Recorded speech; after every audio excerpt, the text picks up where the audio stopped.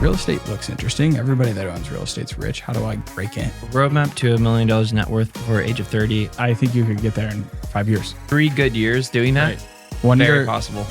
Welcome back to another Boys Only of the Roots podcast. A little post-mortem from our last episode we posted last week with Trent Kiester as the guest, the star of the show. We wanted to take time because I think Trent's story is so impactful to kind of like untangle what Tyler and I took away from the conversation. So often we do these podcasts, we post, and there's the behemoth Rex Fisher that has 350 doors. And it's like you're processing it as an audience. I think it'd be really cool to actually get inside of Tyler's and I's head to be like, wait, how did that conversation impact you guys? As I think we're at, candidly, a lower skill level than a Rex Fisher, where we can bring it back to the ground. But I want to know, what did Trent say that stuck out to you that's like a highlight that made the most impact? Right. I think Trent's kind of like a mini version of us, like right. Not mini, but a kind of a look in the mirror for us. And I think the biggest thing is when you and I bought our house, it was before 2023 or whenever. I think he bought in 2023. It was easier. The prices were less. The cost of entry was lower. And yet he was able to find a way with very little resources. He had $10K. Less money than we had. Got his first house hack. Got in Riverside. It's classy, up and coming neighborhood, not necessarily the star-studded streets of Indy, right? And I think it was finding the way to make that happen and leaning heavily on the network that was budding to unlock that early on is the main takeaway. Just kind of like a primer for like, hey, I have not that much money. I want to get into real estate. I'm flexible on where I want to live. I'll go to the house and the beater house and fix it up myself. It's kind of what he did. Yeah. And he made it happen and he bet on himself. And now he's having a pretty good career as a very young real estate agent. Right. I think when you are able to jump out of the plane without a parachute and go after something, it's good things come from it. And that's definitely what he did. The coolest thing for me was listening to a past client of yours go through their story and the success that rippled from it. Maybe take this a little bit more of a spiritual direction. Trent went to work one day, was shining a glass, nice bar back. It's painted a good picture for us. Interrupts 2 people talking that become mentors of him in real estate. He starts getting connected, starts going to Bigger Pockets, looking for resources, wanting to buy this house. Meets Tyler, who then Tyler transactionally helps him buy the house, follows up, has a nice closing gift, brings me along with him to go and meet Trent that you had just closed. You got him like a nice $100 Lowe's gift card. By the way, very similar time to when I just met Tyler and was following Tyler around like a lost puppy, learning how to become a real estate agent myself. I think it was right after that. Literally right after that. Yeah. You have this $100 Lowe's gift card, this little picture, handmade picture of the house. And you're like, here you go, buddy. Congrats on closing. I was like, oh, dude, you just bought a house. And like started talking to him. And naturally he started to network, right? And there are things that happened that put Trent being like the keystone agent for Roots, really being the person that like for us and scale, we've realized that, oh, we've got something brewing here. Not only is our branding sick, and the people come out and everybody comes to masterclass, but like that can only go so far as Max and Tyler as an agent, right? We have to have more and have abundance. And Trent has been the key that has unlocked that door, coupled with us and leadership, which all resulted from like just one guy jumping out of college going, I hate school. And real estate looks interesting. Everybody that owns real estate's rich. How do I break in? And for me, I want to be the cornerstone where people can call to when that question pops into your head, right? For me, it was me mowing the grass, and I'm like, I was mowing lawns. Like that was my high school hustle. Like I could buy 5 lawnmowers and have 5 guys mowing. Why am I on the mower, right? How do I become rich? How do I become an entrepreneur? Stumbling into a Bigger Pockets or some sort of source like that. In Indy, I want to be that guy that people call to. You have a roadmap to $1 million that got brought up in the episode. I want to wrap this piece with that.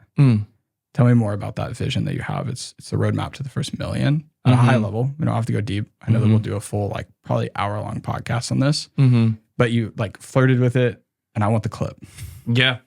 No, roadmap to $1 million net worth before age of 30. As I was reflecting on, we're sitting here talking nonstop about real estate and this and HELOCs and stacking equity. Right. And I was like, what is in a nutshell what we're talking about? Like, what are we talking about?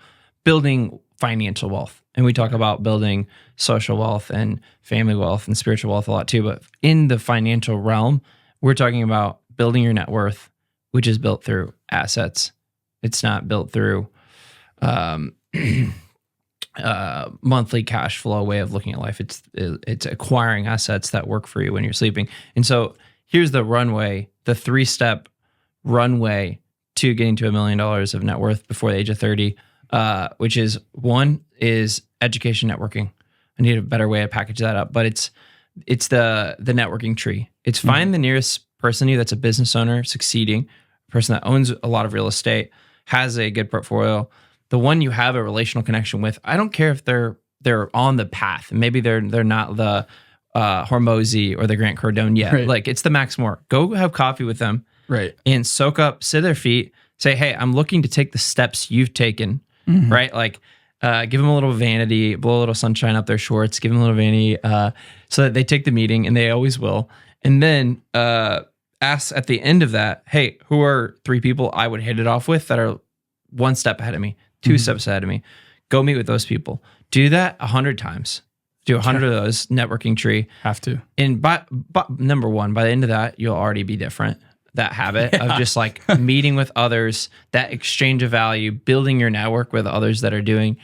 You'll start waking up earlier to be able to be ready for the start reading books, so that you start listening to podcasts. Yep. Ask them what resources. What's the biggest book? What's the biggest podcast episode? Just take the resources, apply, and start consuming them. That's going to shape you. But then back to the steps. Steps 2 is house hack. And Trent, that's why I love that episode with Trent. It was really a deep dive into how to house hack frugally. I don't know how else to say it. Right. It was a bar back. I mean, dude had $10K and had to like drag a tenant to closing to be like, I can pay the freaking mortgage next month. I didn't think he would close, and I was his real estate. I thought this was a Hail Mary of a situation, but it's house hack. So 1, get a duplex, rent out the other side, have that cover your mortgage or a part of your mortgage payment. Or do what we all did. None of us got a multifamily. We all had a single family. Yep. So buy this single family that cosmetically is just a piece of crap. All sweat equity value add. Yeah. And buy the worst house in the best street in a solid neighborhood. Yeah. I mean, Danville is a great place to look to house hack right now in a single family. There's so many houses that could be just Danville. I still believe in Sobro, just north of 38th, Fairgrounds. So many neighborhoods. And then lastly, and this is going to come after you've built a track record of owning your own first investment property, house hack, is learn to leverage outside capital, which that doesn't mean go file with the SEC and open a REIT or, go do a syndication. It means, hey, your parents have money, your grandparents have money, your uncle has money. Yeah. Show them what you're doing with the house hack and how they can unlock ownership in real estate. So that's leveraging equity through creative deals. Or we've had episodes with Addison. It's private money. Yeah. So leveraging private money, notes. Hey, 2 years, 10%, paid at the end. Maybe you pay it annually, whatever that looks like. Make sure the numbers make sense. Is it hard? Yeah. It's not going to be easy to leverage other people's money and still make something. However, it's like a bond that's maturing and paying itself off is what that is. Right. And then in 2 years, 3 years, 4 years, that's your asset essentially. It's how you have to really think about those 2 setups. Yeah. You do those 3 steps, do them very well, you can get to $1 million of net worth before the age of 30. Easy. Or if you're over 30, I don't care. Start now. Right. I mean, I think you could get there in 5 years. Yeah. Maybe even less than going down that path, which is crazy. Oh, yeah. Three good years doing that. Right. 1 very year, possible. 6 months, coffee meetings. 6 months, house hack. 2 years, leverage people's money. And for me, it was Adam Turner at GNC. right in that guy's pocket, telling him that I had the entrepreneurial bug and like platforming me to take the next step, where got bumped, bruised, and learned a bunch of lessons. And then it was meeting you, Rex Fisher, also, who just harped on coffee meetings. Like, these guys are drinking a lot of coffee, and I still haven't drank a cup in my life, but I've sat in a lot of coffee shops. And now it's time to leverage your money. So hit me up so I can buy some more. Well, real you estate. have. I mean, you've had partners. I have partners. What do you think is the most realistic way? Because some people are going to listen to this, and I know we're going to probably wrap this episode up here, but what is the lowest hanging fruit to leverage other people's capital? And the way that I can wrap my head around, quickly versus I need to go take a course in commercial real estate to understand it or something. Yeah. Provide value to somebody who already has interest in the thing that you're trying to provide value in, I think is the way that I frame that up. I can't call on somebody who could give two craps less about real estate and say, invest with me at this rate of return. It doesn't matter what rate of return or shiny object you're putting in front of them. If they don't care, they don't care. Right. Addison says something that, it's just rich dad, poor dad, right? But it's talk to rich dads. Talk to people that have the growth mindset, and you will find where there's some money hanging. I know that's a little ethereal, but that's what I found, at least. If I try to open Pandora's box with somebody who doesn't even care about it, why would they care? Yeah. It's a And hard sell. the thing I'll mention is mine found me a guy who I had built a relationship with. His name's Corey. Was like, hey, I want to partner. I want to buy, a duplex, buy a investment property in Indianapolis.